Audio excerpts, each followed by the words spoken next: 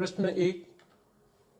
આપણા મનમાં ચાલતા સંઘર્ષોને સમજવાનો વૈજ્ઞાનિક પ્રયત્ન કોણે કર્યો હતો? જવાબ ફ્રોઈડ. 2. મનોવિજ્ઞાન સજીવ પ્રાણીઓના વર્તનનું હેતુલક્ષી વિજ્ઞાન છે. આવી વ્યાખ્યા કોણે આપી છે? મેકડુગલ. 3. મનોવિજ્ઞાનની પ્રથમ પ્રયોગશાળા કોણે સ્થાપી? જવાબ વુન્ટ. 4. પ્રાણી મનોવિજ્ઞાનને બીજા કયા નામથી ઓળખવામાં આવે છે? જવાબ તુલનાત્મક મનોવિજ્ઞાન. 5. શિક્ષકની 3 જવાબદારીઓ કોણે જણાવી છે? જવાબ સ્ટીફન્સ. 6. શિક્ષણ અને મનોવિજ્ઞાન વચ્ચે સંબંધ સ્થાપિત કરવાનો યશ કોને ફાળે જાય છે? જવાબ પેસ્ટોલોજી. 7. માનવીનું વર્તન અન્ય પ્રાણીઓની જેમ જ પર્યાવરણના ખાલી જગ્યા દોરવાય છે. જવાબ ઉદ્દીપકો. 8. એરિસ્ટોટલના સમયમાં મનોવિજ્ઞાન કેવી રીતે ઓળખાતું હતું? જવાબ મનનું વિજ્ઞાન.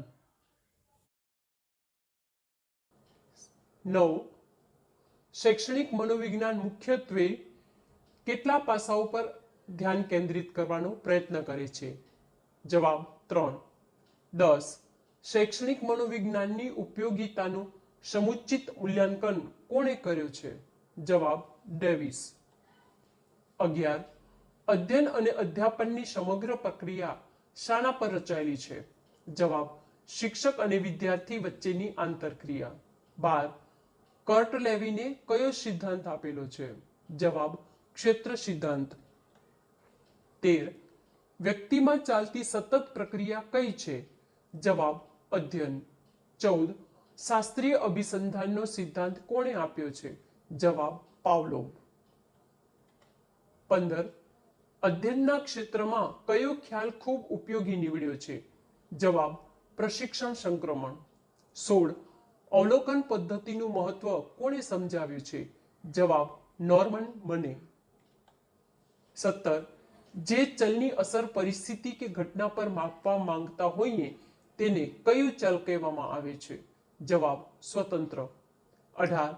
વ્યક્તિની સમસ્યાના નિદાન માટે કઈ પદ્ધતિ અપનાવવામાં આવી છે? જવાબ વ્યક્તિ ઇતિહાસ પદ્ધતિ. 19. નિરપેક્ષ સીમા અને ભેદ સીમા જાણવાની જરૂર કઈ પદ્ધતિમાં પડે છે? જવાબ ભેદ સીમા પદ્ધતિ. 20.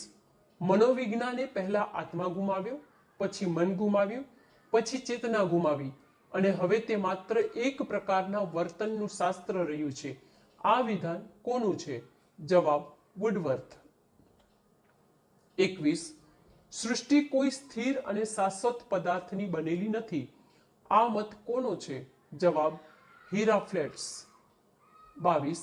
સંરચનાવાદના મુખ્ય પુરસ્કર્તા કોણ હતા? જવાબ વુન્ટ અને ટીચનર. 23. ફેકનરે તેના સંશોધનોમાં કઈ પદ્ધતિ અપનાવી હતી? જવાબ મનોભૌતિક.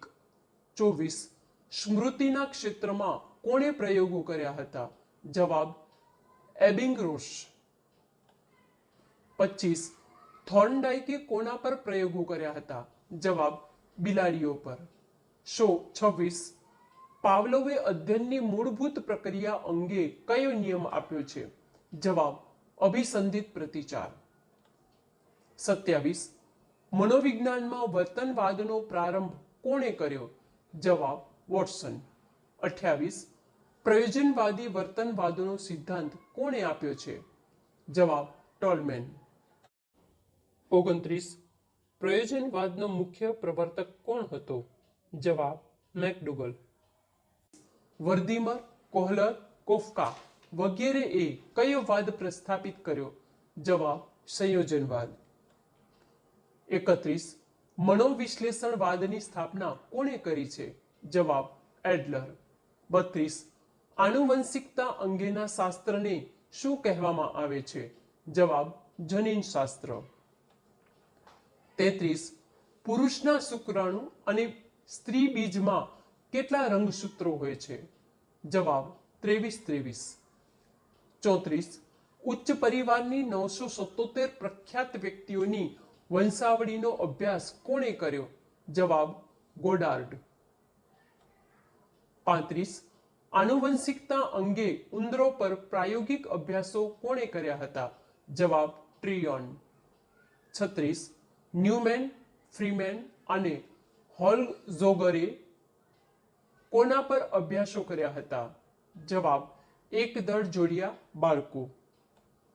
37 ડોનાલ્ડ અને ચિમ્પાન્જી વાનરના બચ્ચાને સાથે ઉછેરવા પ્રાયોગિક અભ્યાસો કોણે કર્યા હતા? જવાબ કૈલાગ દંપતીએ. 38 સ્કોટ અને કુલરે આનુવંશિકતા અને પર્યાવરણના ફાળા વિશે કોના પર અભ્યાસો કર્યા હતા? જવાબ કૂતરાઓ. 39 અભ્યાસક્રમ શું પોષે એવો હોવો જોઈએ? જવાબ રુચિ. 40 શારીરિક વિકાસની દિશા માથાથી ક્યાં સુધી હોય છે? જવાબ ધડ. 41 જન્મ સમયે મગજનું વજન કેટલું હોય છે? જવાબ 350 ગ્રામ. 42 બાળકના સામાજિકરણમાં કોનો અર્થપૂર્ણ ફાળો હોય છે? જવાબ કુટુંબ. 43 સ્થિર મનોભાવ અનુભવમાંથી ઉત્પન્ન થતી માનસિક ગ્રંથિઓ છે આવું કથન કોણે કર્યું છે? જવાબ મેકડુગલ. પુખ્ત વયની વ્યક્તિના માનસિક વિકાસની જાણકારી મેળવવા માટે કઈ કસોટી મોટા પ્રમાણમાં વપરાય છે? જવાબ વેક્લસર.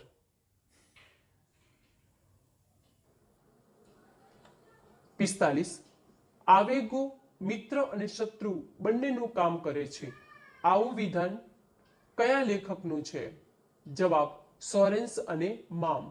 46 અભિસંધાન દ્વારા આવેગો વિકાસ પામે છે તેનો પ્રયોગ કોણે કર્યો હતો? જવાબ વોટસન. 47 ચિંતન પ્રક્રિયામાં અર્થપૂર્ણ શેનું મહત્વ વધારે છે? જવાબ સંકલ્પનાઓ. 48 તર્ક એ માનસિક ક્ષેત્ર શોધન છે આવી વ્યાખ્યા કોણે આપી છે? જવાબ વુડવર્થ.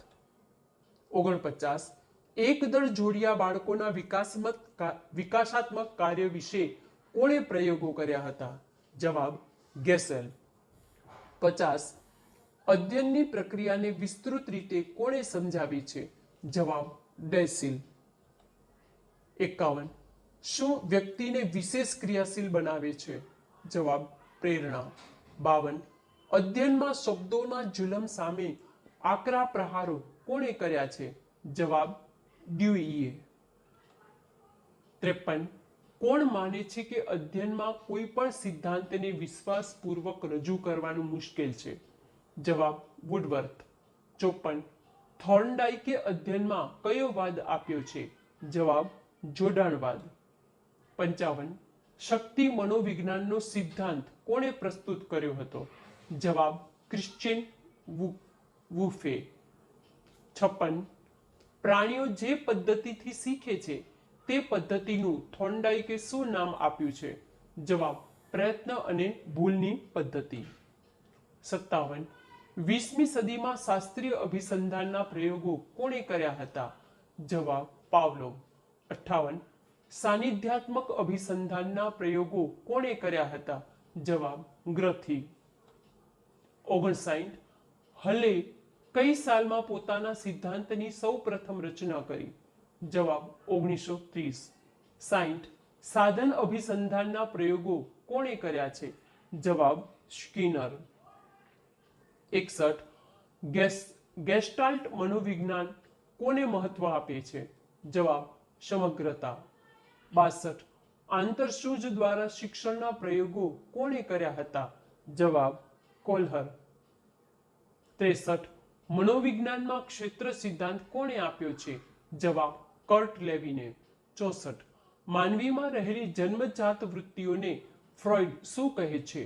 જવાબ ઈડ. 65 એડલરના મનોવિજ્ઞાનને કયા નામથી ઓળખવામાં આવે છે? જવાબ વૈયક્તિક મનોવિજ્ઞાન. 66 સામૂહિક અજાગૃત મનનો ખ્યાલ કોણે આપ્યો છે? જવાબ યુંગ. 67 અધ્યયન સંક્રમણ સાથે કોનું નામ જોડાયેલું છે? જવાબ ટોલમેન. 68 પ્રેરકોએ વ્યક્તિની એવી મનોદશા છે કે જે કોઈ નિશ્ચિત ધ્યેયની પૂર્તિ માટે તેને નિશ્ચિત વર્તન તરફ દોરે છે. આ વ્યાખ્યા કોણે આપી છે? જવાબ વુડવર્થ. 69. અભિપ્રેરણાના સિદ્ધાંતો કોણે આપ્યા છે? જવાબ મરે. 70. ફ્રોઇડનું મુખ્ય કાર્ય શાના પર કેન્દ્રિત થયું હતું? જવાબ અજાગ્રત પ્રેરણા. 71. મેકડુગલની વિચારસરણીને શું કહેવામાં આવે છે? જવાબ હેતુવાદ. 72. માનવ જરૂરિયાતોની તેના ક્રમ પ્રમાણે ગોઠવણી કોણે કરી છે? જવાબ મેસ્લોએ. 73. મેકલેન્ડનું નામ કઈ પ્રેરણા માટે જાણીતું બન્યું છે? જવાબ સિદ્ધિ માટેની પ્રેરણા. 74. પ્રોફેસર મેકલેન્ડ એ કઈ યુનિવર્સિટીમાં કાર્ય કર્યું હતું? જવાબ હાર્વર્ડ. 75. બાળ વાનરો પર કોણે પ્રાયોગિક અભ્યાસો કર્યા હતા? જવાબ હાર્લો. 76. બુદ્ધિમાં સામાન્ય અને વિશિષ્ટ એમ બે અવયવો છે. આવું કથન કયા લેખકનું છે? જવાબ સ્પીયરમેન.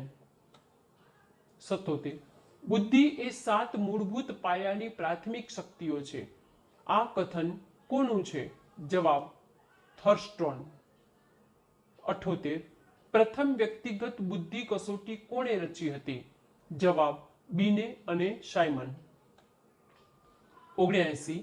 પ્રતિભાશાળીઓ બુદ્ધિનો આંક કેટલો હોય છે? જવાબ 140 થી ઉપર. 80. વોકેશનલ ઇન્ટરેસ્ટ બ્લેન્ક કોની કસોટી છે? જવાબ સ્ટ્રોંગ. 81. કોઈ વિશિષ્ટ મનોવૈજ્ઞાનિક વસ્તુની તરફેણમાં કે વિરોધમાં અપાતો સામાન્યીકૃત પ્રતિચાર એટલે વલણ. વલણની આ વ્યાખ્યા કોણે આપી છે? જવાબ ઓલપાર્ટ. 82. વલણનું 5 પ્રકારોમાં વર્ગીકરણ કોણે કર્યું છે? જવાબ સ્પ્રેન્જર. 83. વ્યક્તિમાં છુપાયેલી માનસિક શક્તિને શું કહેવામાં આવે છે? જવાબ અભિયોગ્યતા. 84.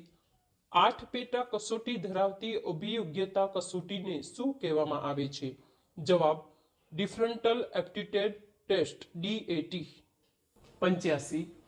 કારકુની અભિયોગ્યતાનું માપ લેવા માટેની કસોટી કઈ છે? જવાબ મિનેસોટા ક્લેરિકલ ટેસ્ટ.